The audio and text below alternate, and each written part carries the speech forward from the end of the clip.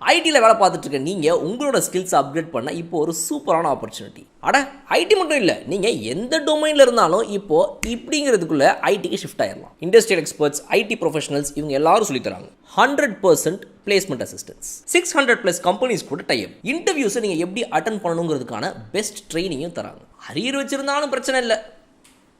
Rajalakshmi Edwards, Chennai. ஸ்க்ரீனில் தெரிகிற இந்த நம்பருக்கு கால் பண்ணுங்கள். டீட்டெயில்ஸ் இன் டிஸ்கிரிப்ஷன்.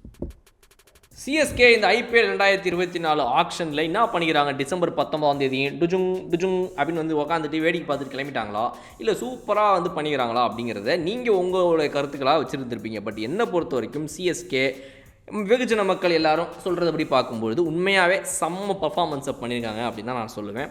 அதுவும் அவங்களுக்கு தேவையான ஸ்லாட்ஸ் என்னென்னலாம் ஃபில் பண்ணணுமோ அதை எல்லாத்தையும் ஃபில் பண்ணியிருக்காங்க. அதை கொஞ்சம் எக்ஸ்ட்ராவாகவே ஃபில் பண்ணியிருக்காங்க. இப்போ உதாரணத்துக்கு பார்த்தீங்கன்னா அம்பாத்தி ராய்டு அவர்களுடைய ஸ்லாட்டை ஃபில் பண்ணுறதுக்கு ஏதாவது ஒரு நல்ல இந்தியன் மிடில் ஆர்டர் பேட்ஸ்மேன் வேணும் அப்படின்னு கேட்டதுக்கு இவங்க என்ன பண்ணியிருக்காங்க, இந்தியன் மிடில் ஆர்டர் பேட்ஸ்மேன் யாராவது வேணுமா, ஏய் இந்த இறக்குறேன் பாரு வச்சுக்க அப்படிங்கிற மாதிரி வந்து அவங்க சூப்பரான சில விஷயங்களை பண்ணியிருக்காங்க. எப்படி நம்மளுடைய சமீர் ரிஸ்வி அவர்களை வாங்கி வச்சுருக்காங்க. சமீர் ரிஸ்வி வந்து சும்மா சாதாரண இந்தியன் மிடில் ஆர்டர் பேட்ஸ்மேன் கிடையாது.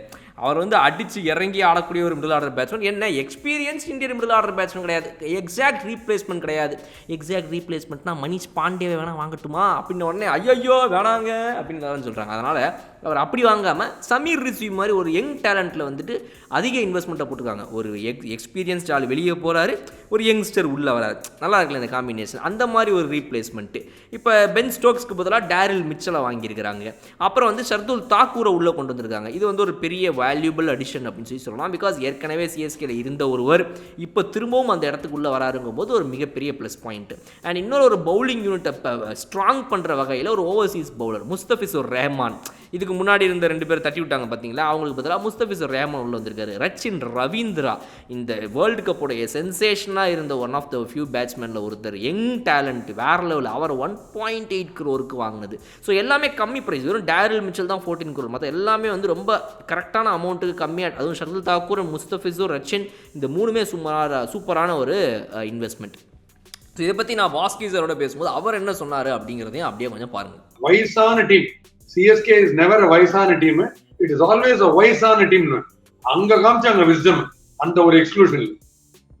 எஸ். ஸோ சிஎஸ்கேவோட ஸ்குவாட் வந்து எப்பவுமே ஆக்ஷன் முடிவில் ஏதோ ஒரு சின்ன வருத்தம் எல்லாருக்குமே இருக்கும் சார். இந்த விஷயத்துல ஏன் இப்படி பண்ணாங்க, இது ஏன் பண்ணாங்கன்ற ஒரு கேள்விகள் ஒரே குழப்பமா இருக்கு. இது ஆக்ஷன் முடிச்சு டோர்னமெண்ட்டுக்குள்ள போனாதான் தெரியும் தோனியுடைய ஐடியா என்ன, எதுக்கு இவரை வாங்கினாங்க அப்படின்னா எப்போதும் சொல்லுவாங்க. பட் இந்த வருஷம் வந்து ரொம்ப clear cut, everybody is happy. எல்லாருமே சிஎஸ்கே உடைய இந்த வருஷம் ஆக்ஷனை பொறுத்த வரைக்கும் செம்ம ஹாப்பியா இருக்கிறாங்க. ஸ்டார்டிங் ஃப்ரம் அந்த ஒரு 14 crore வந்து திடீர்னு டேரில் மிச்சல் எல்லாம் பாத்தீங்கன்னா 11.25 கோடி ரூபாய் வரைக்கும் சிஎஸ்கே உள்ளே வரல. டேரில் மிச்சல் பத்தி ஒரு மைண்டே கிடையாது அவங்களுக்கு. என்னன்னா நான் பிளான் எல்லாருமே என்ன நினைச்சிருப்பாங்கன்னா சார், அவங்க ஃபர்ஸ்ட் வாங்கின அந்த 2 பிளேயர்ஸ், சிஎஸ்கே வாங்கின அந்த 2 பிளேயர்ஸ் யாருமே வந்து அந்த ரேட்டுக்கு வாங்க எதிர்பார்க்க. ஏன்னா ஷர்துல் தாக்கூர் சிஎஸ்கே ரீடைன் பண்ணுவாங்கன்றது எல்லாருக்கும் தெரியும். நம்ம வாங்கணும்ன்றதை விட ஆக்ஷன்ல பொதுவா அடுத்தவன் காசை எப்படி குறைக்கணுங்கிறதுல பிளானாவே தான் இருப்பாங்க எல்லாருமே. சோ ஷர்துல் தாக்கூரை சிஎஸ்கே வாங்குவாங்கன்னு தெரிஞ்சு நான் என்ன நினைச்சேன்னா ஆப்போசிட் டீம்லாம் விலையை ஏத்தி விடுவாங்கன்னு நினைச்சேன். பட் யாருமே அதை பண்ணல. எனக்கு தெரிஞ்சு அப்பதான் அதுக்கு ஒரு சின்ன பிரேக் வந்துச்சு. எல்லாம் ஜூஸுக்கு தூங்கிட்டாங்கன்னு நினைக்கிறேன். சிஎஸ்கே ஈஸி பை 4 crore ஒரு வாங்கிட்டு போயிட்டாங்க. அதை விட பாத்தீங்கன்னா ரச்சின் ரவீந்திரா இந்த வேர்ல்ட் கப்போட சென்சேஷன் பேட்டிங், அவரை வந்து எல்லாரும் பிட் பண்ணுவாங்கன்னு நினைச்சோம். அவரை போய் சிம்பிளா ஒரு 1.8 crore வாங்கிட்டு போயிட்டாங்க சிஎஸ்கே. ஸோ இந்த 2 சூப்பர் பை பண்ணனால அவங்களுக்கு என்ன ஆயிடுச்சுன்னா, ஓகே நம்ம நிறைய கம்மி காசுக்கே இவங்க 2 பேரும் வாங்கியிருக்கோம். அப்போ வந்து அந்த நெக்ஸ்ட் டேரில் மிச்சல் வரும்போது அவரை என் மைண்ட்ல எல்லாம் கிடையாது டேரில் மிச்சல் வாங்கணும், நான் யோசிச்சுலாம் வரல. பட் இப்ப அங்க சேர்த்து வச்ச காசை வச்சு எனக்கு நான் ஏன் டேரில் மிச்சல் இப்ப வாங்கக்கூடாது அப்படின்னு யோசிச்சு ஆன் ஸ்பாட்ல திடீர்னு உள்ளுக்குள்ள பூந்து 14 கோடி ரூபாய்க்கு அவரை தட்டிட்டு போயிட்டாங்க. இந்த 3 பை தான் வந்து சூப்பர் மூவ்ஸ். ரொம்ப பிரில்லியன்ட். அதாவது சென்னை சூப்பர் கிங்ஸ் பேரு, சென்னை சூப்பர் கிவிங்ஸ் வச்சுக்கலாம். ஏன்னா ஒரே கிவி பிளேயரா இருக்காங்க. Conway, Rachin Ravindra, Daryl Mitchell, Santner, coach Stephen Fleming, அதனால ஃபுல் கிவிங்ஸ். பட் எக்ஸ்ட்ராடினரி பைஸ் எல்லாமே. இப்ப பாத்தீங்கன்னா ரச்சின் ரவீந்திரா நீங்க சொன்ன அந்த சைக்காலஜி தான். வேர்ல்ட் கப்ல அடிச்சாரு, 50 ஓவர்ஸ்ல கிராஃப்ட் பண்ணி அடிச்சாரு. T20க்கு சூட் ஆகுமான்னு பாக்குறேன். பட் அவர் வந்து டெரிஃபிக் லேர்னர். அதுவும் தோனி மாதிரி ஒரு மென்டா இருந்துட்டாருன்னா அப்படியே மாறுவார். மாணிக்கத்துல இருந்து பாஷாவா மாறுவார். ஸோ அந்த பிளஸ் போலிங் வேற போடுவார். சடனா சம்டைம்ஸ் ஒரு பிரேக் த்ரூ தேவைப்படும். அப்போ ஒரு 50% ஜடேஜான்னு வச்சுங்க போலிங்ல போட்டு அவர் எடுப்பார், குட் ஃபீல்டர். ஸோ அந்த ஆங்கிள் அவரு ரொம்ப சூப்பர். டாரில் மிச்சல் வந்து ball is there to be hit for 6, height வேற, ரீச்சை யூஸ் பண்ணி 6 அடிக்கிறதுல செஞ்சுரி இப்படி அடிக்கிறாரு செம்ம ஸ்பீட்ல. அதனால டாரில் மிச்சல்ல வந்து இவங்க மீதி பேர் வந்து எப்படி கோட்டை விட்டாங்கன்னு எனக்கு தெரியல. பட் சிஎஸ்கேக்கு அது ஒரு லக்கு, கரெக்டா அந்த ரேட்ல டாரில் மிச்சல் மாட்டினது ஒரு லக்கு. Brilliant fielder also. நீங்க பாத்தீங்கன்னா வரவங்க எல்லாம் டெரிபிக் ஃபீல்டர்ஸா இருக்காங்க. மெயின் பாயிண்ட் என்னன்னு நீங்க பாத்தீங்கன்னா 6 ஹிட்டிங் கெப்பாசிட்டி. நான் உங்களுக்கு சொல்லுவேன், ஒரு T20 ஒரு பிளேயர் உள்ள போகணும்னா 2 main qualification. As a batter 6 hitting capacity பயங்கரமா இருக்கணும். லாஸ்ட் 2 overs 35 டு வின் 6 தேவை. அந்த 6 ஹிட்டிங் கெப்பாசிட்டி இருக்கணும். ஆஸ் அ போலர் 4 ஓவர்ல 3 for 70, 3 விக்கெட் எடுத்து பிரயோஜனம் இல்லை. None for 15, none for 16, none for 17னா அந்த போலர் பெஸ்ட் தான். ஸோ அந்த மாதிரி தான் 2 கிரைடீரியா பெஸ்ட். அதுல டாரில் மிச்சல் பேட்டிங்ல ஃபேண்டாஸ்டிக்கா ஃபிட் ஆயிடுவார். Coming to Shardul Thakur.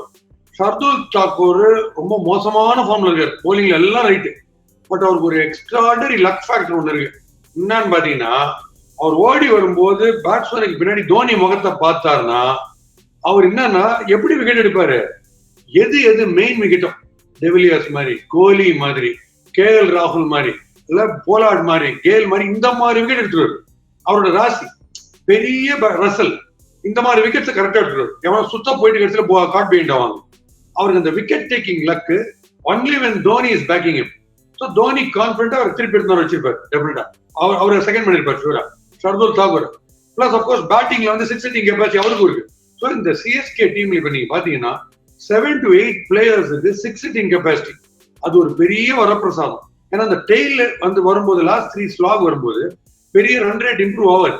அது பார்த்துக்க நல்ல சான்ஸ் இருக்கு. பட் லெஃப்ட் ஹேண்டர்ஸ் பாத்தீங்கன்னா அப்படியே ரணகலமா left handers, Conway, Santner, Sachin Ravindra, Shivam Dube, இன்னும் ஓணும் ஜடேஜா, இப்படி left handers pack with left handers.